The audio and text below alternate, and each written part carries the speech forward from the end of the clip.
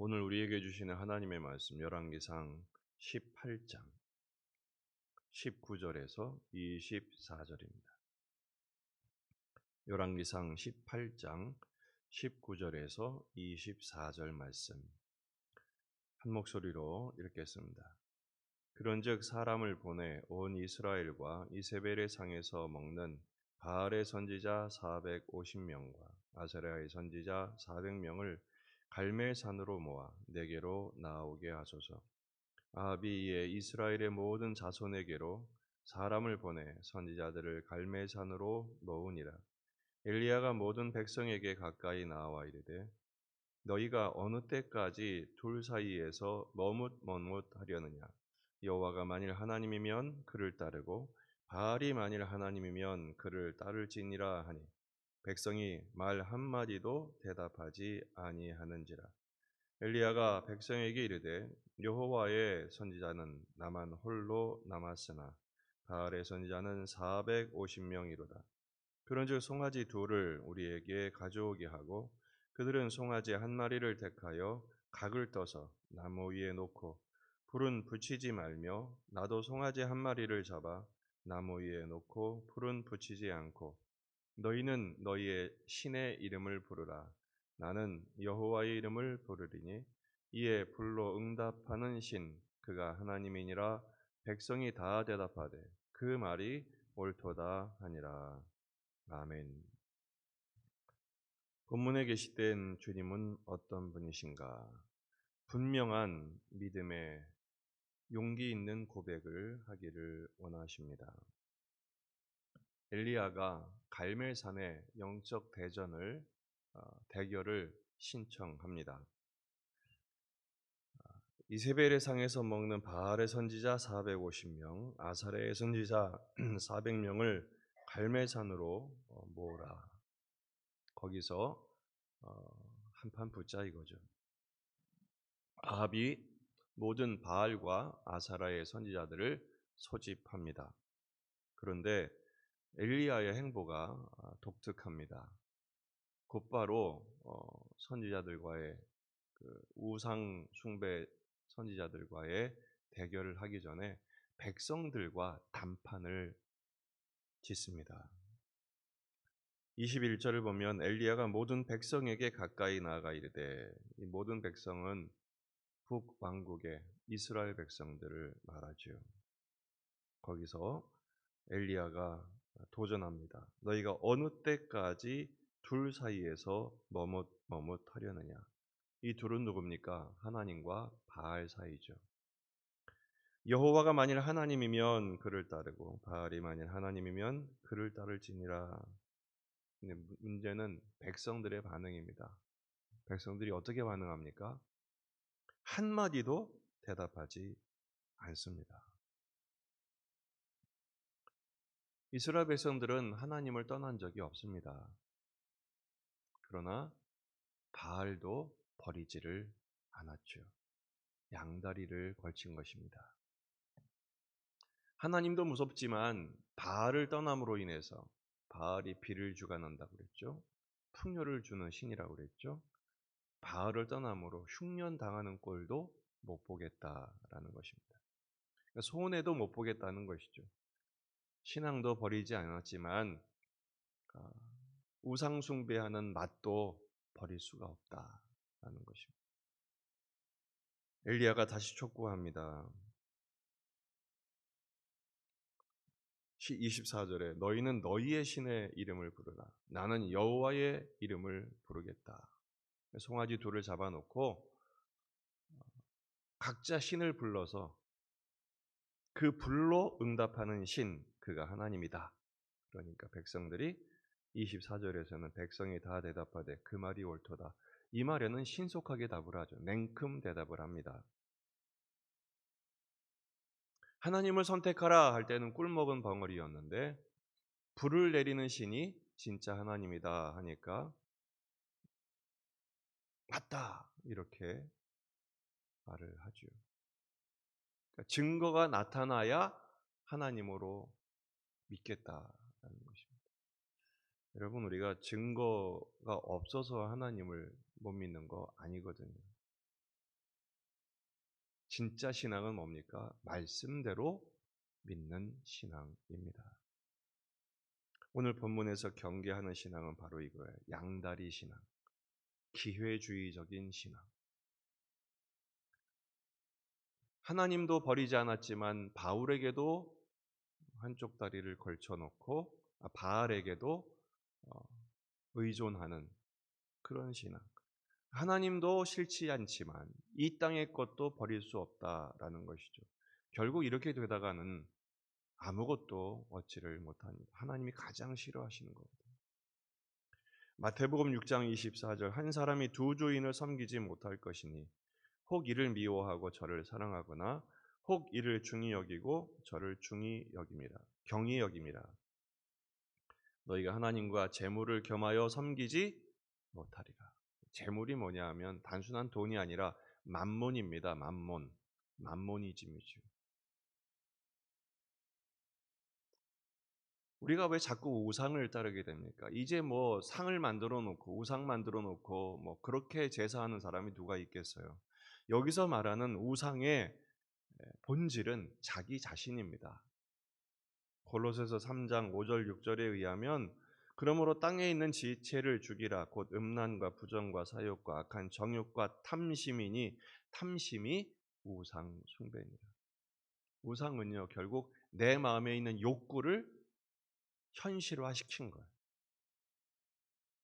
그러니까 바알을 섬기는 것은 바알이라는 신이 진짜 있어서가 아니라 그 바알이 준다고 약속한 그 탐욕, 그 풍요, 그 쾌락 그거를 내 신으로 삼겠다라는 탐심인 것입니다. 그러나 이것들로 말미암아 하나님의 진노가 임하니라. 하나님 명확하게 말씀하십니다. 나는 싫다. 이런 거 싫다. 그래서 엘리야는 지금 촉구하는 것입니다.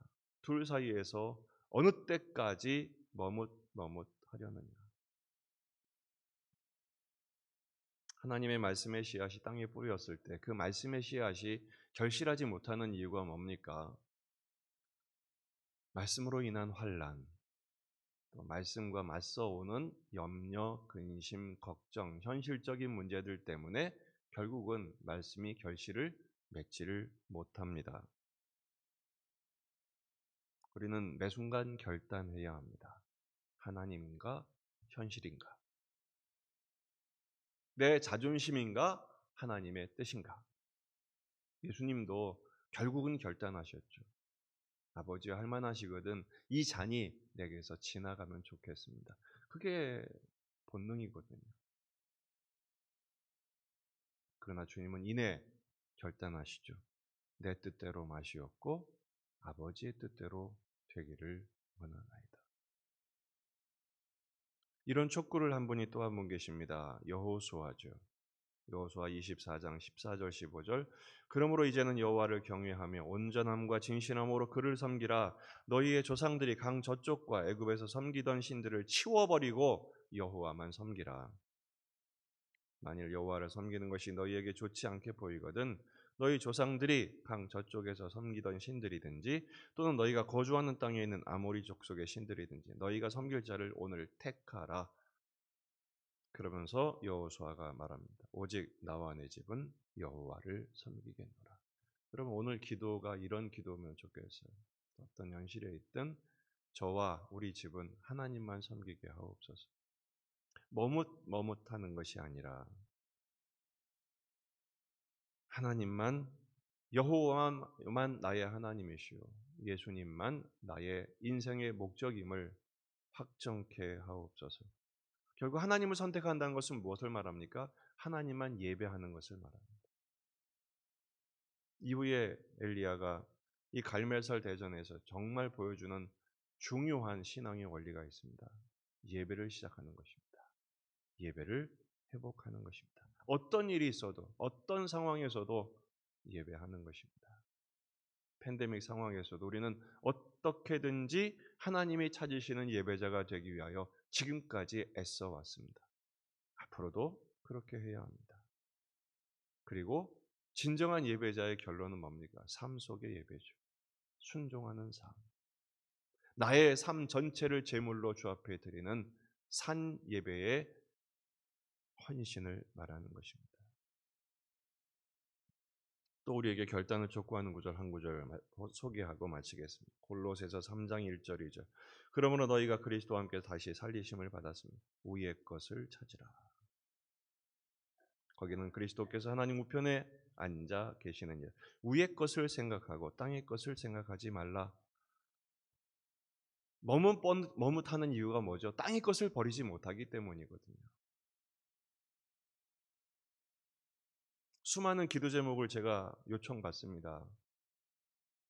다 현실적인 것들이죠. 정말 당장 지금 해결되어야 될 문제들이 참 많습니다. 간절히 기도해야 할 내용들입니다. 그런데 정말 목사님, 제가 정말 위의 것을 찾았으면 좋겠어요. 제가 이 부분에서 예수 닮기가 제일 안 됩니다. 이 부분에서 예수님 닮았으면 좋겠어요. 제가 죽어야 되는데 이게 안 죽어집니다. 이것을 위해 기도해 주세요. 라고 부탁하는 분들은 사실 몇 명 없어요. 때로는요, 이것 되게 해주세요, 저것 되게 해주세요 부탁하는 것들이 그렇게 되는 것이 오히려 안 좋은 경우가 참 많습니다. 왜냐하면 현실적인 충족이 하늘을 바라보지 못하게 하기 때문에 그래요. 물론 해결돼야 될 것들이 참 많습니다. 그래서 그걸 위해 기도합니다. 그리고 더 은혜를 경험하여 위를 바라보게 되는 거죠. 그것은 맞는 말입니다. 정말 궁극적으로 제가 정말 성질이 안 좋습니다. 제가 정말 성령 충만했으면 좋겠습니다. 제가 이 부분이 잘 안 꺾입니다. 아직도 제가 살아 있습니다. 이거 좀 기도해 주세요. 라는 분들이 몇 명 없어요. 그럼 이것 때문에 우리가 씨름해야 되면 평생 십자가를 붙들어야 합니다. 왜냐하면 현실적인 문제를 위해서 기도하고 나서 현실적인 문제가 해결되고 나니까요. 더 힘이 생기셔서 건강해지셔서 더 열심히 놀러 다니시더라고요. 더 성질 부리시고요. 머뭇하는 것입니다. 양다리를 걸치는 거예요. 하나님도 버리지 않지만 현실적인 것도 버리고 싶지 않은 거거든요. 때로는 현실적인 것을 완전히 버려야 하나님을 바라보게 되는 거거든요. 믿음에 부유하기를 주의 이름으로 축복합니다. 그래서 여러분 믿음의 고백은요, 용기입니다. 용기. 담대하기죠. 왔다 갔다 하는 것이 아니라 하나님만 바라보는 것입니다. 내가 하나님만 섬기겠습니다. 어쩌다가 쫄딱망에 거지가 돼도 하나님만 섬기겠습니다. 내가 지금 이 병에 들어 죽는 한이 있어도 내 하나님만 섬기겠습니다. 하나님이 책임지지 않으시겠습니까? 그런 당신의 백성을, 당신의 자녀들을 방치하시겠습니까? 믿음의 선배들의 용기는 바로 거기에 있었습니다. 오늘 이 시간 주님께서 찾으시는 믿음의 고백은 바로 이것입니다. 위의 것만 생각하겠습니다. 하나님만 바라보겠습니다. 내가 어떻게 되든지 주님만 바라보겠사오니 주님이 책임져 주옵소서.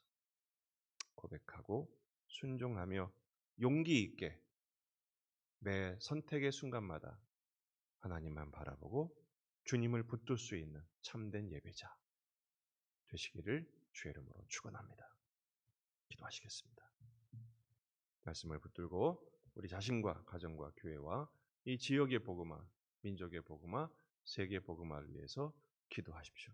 한 가지 오해가 없으시면 좋겠어요. 그렇다고 현실적인 문제 더 이상 목사님께 기도 부탁하면 안 되겠구나 그러시면 안 됩니다. 기도는 해야 합니다.